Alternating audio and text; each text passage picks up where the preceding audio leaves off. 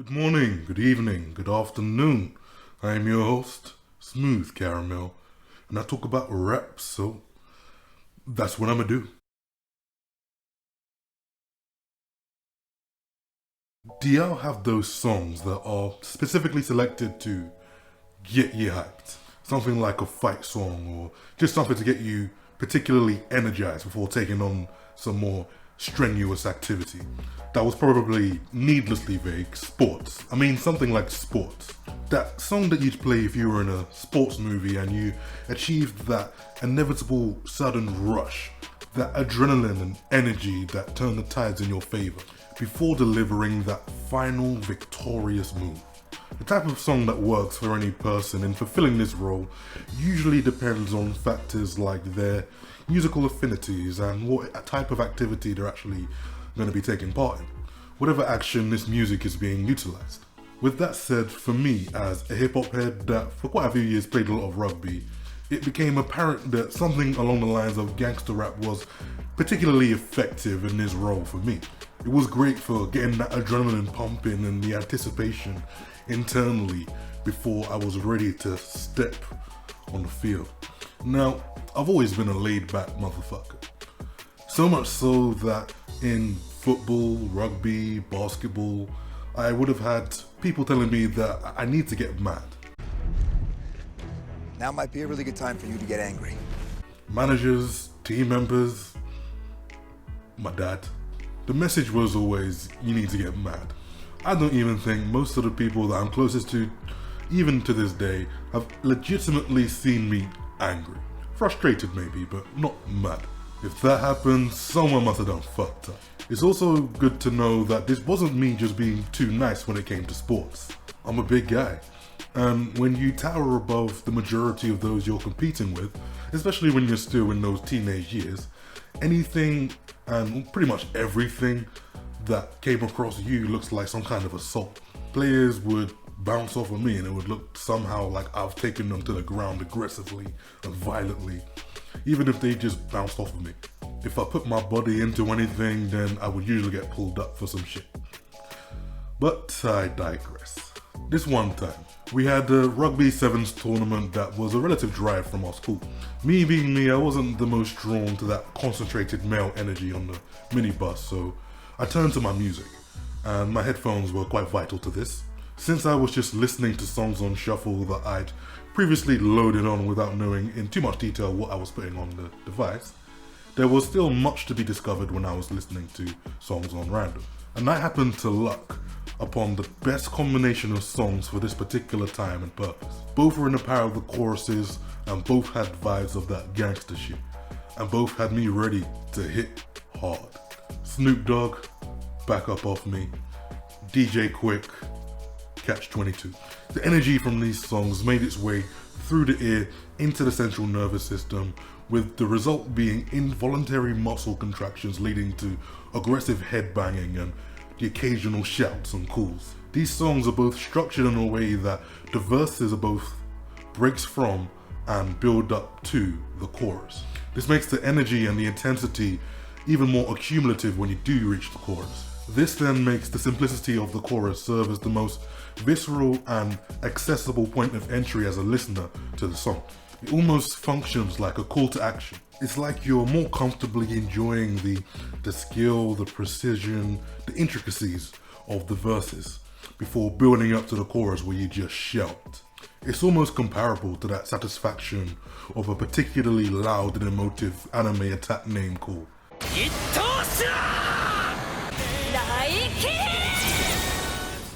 The delivery is important in these cases in the same way that voice acting would be in anime. It's because the way that the person performing imbues character, emotion, voice, and drive is almost entirely from that delivery in how they say the words, in addition to the meaning of the words themselves. This is what allows the audience to channel everything that's being depicted, to fully immerse the audience and allow them to experience what's being depicted story-wise. There's just something infinitely satisfying about being able to shout something as clear and as potent as "Fuck y'all niggas," or "We gon' fuck you up." We gon' fuck you up. That's a vaguely defined and instigatory adversary.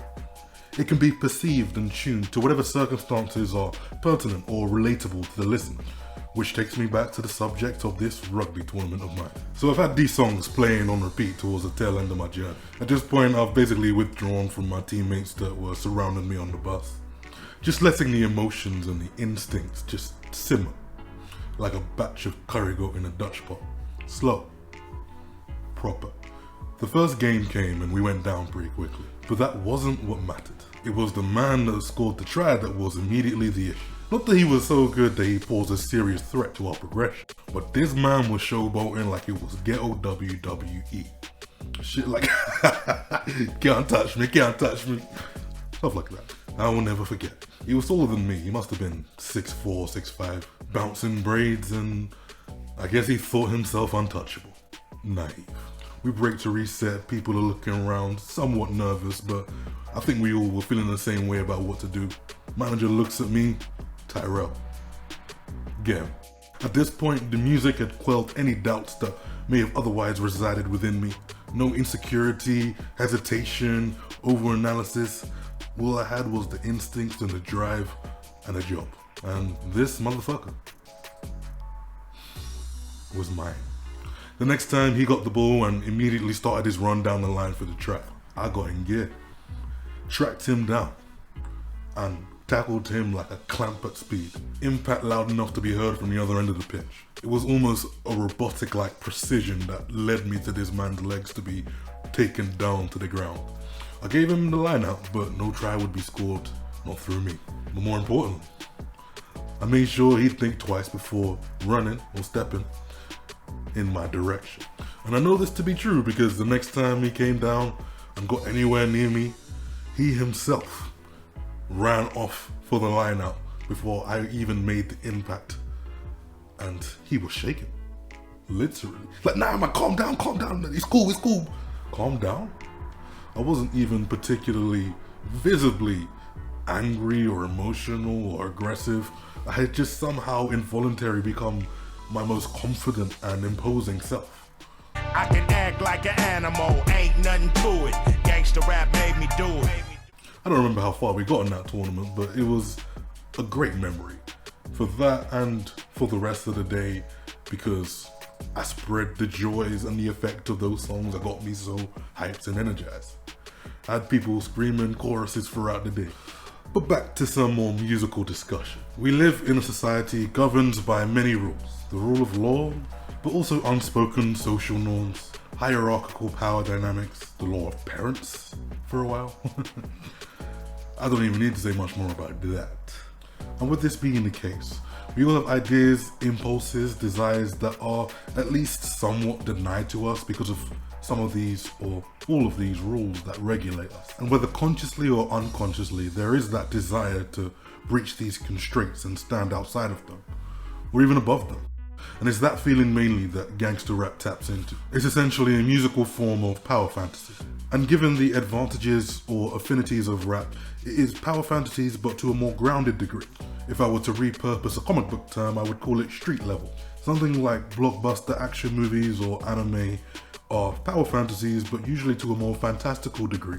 In general, they achieve this by crafting narratives that compel characters to function outside of these societal norms, rules, and expectations, giving that justification to legitimize these actions beyond that which are deemed acceptable, as well as increase the emotional intensity that comes around them. And in like action movies or anime, it's this structure for narrative that broadens the scope of stories that can be told, as well as emotions that can be explored as a result. You can have something solemn and dramatic like The Professional by DMX, which I know I've spoken about before, but I really love that song. You can have something more blasé but forthright like Robbery by Guilty Simpson, a short and sweet listening experience if I do say so, especially the production. I believe that's Mr. Porter, I'll have to check that, but he's also a very gifted producer. I probably should talk about a bit more. Maybe a video on producers is warranted. We can have something colder and more aggressive and animosity fueled like By Myself by Uncle Murder. Another case of shouting the chorus as that more emotive expression and visceral experience. It definitely taps into the desire to be independent and unaffected by others, as well as showcasing a bit of resentment to the people that are around you. By myself. In various ways, gangster rap allows you to live outside of these societal norms in this vicarious way. In a way that's a lot more cathartic than other subgenres of rap or music because of its more grounded level. You get to be relentless, aggressive, profane, unrelenting, powerful. It's that otherwise contained spark of defiance that gets access and then is allowed to run wild. The money aspects works as part of a power fantasy because of the role of money as a barrier in so many realms of life for the average person. It's the most common barrier that many of us experience, which is why the aim or feature of making money is so compelling in these violent, aggressive narratives. It makes sense even more when you consider the roots of hip-hop as well. It yields raw expression for more visceral listening, as much as more cinematic style for a more attentive listening experience. And in the former point there's a very simple related appeal to go into as well. Gangster rap is a great outlet for when you're angry. The delivery in these songs tends to be rougher around the edges, and in general, more emotive to further immerse the listener, as well as making use of less structured flows that makes it less predictable, reflecting a more uncontained emotional tone. Another case of simple yet effective. But I guess I should move on. The more obscure. The first song I would recommend would be the Strangulation Cypher Part 2, particularly for the first verse from Stevie Stone, because everything I like about aggressive gangster rap is done very well here.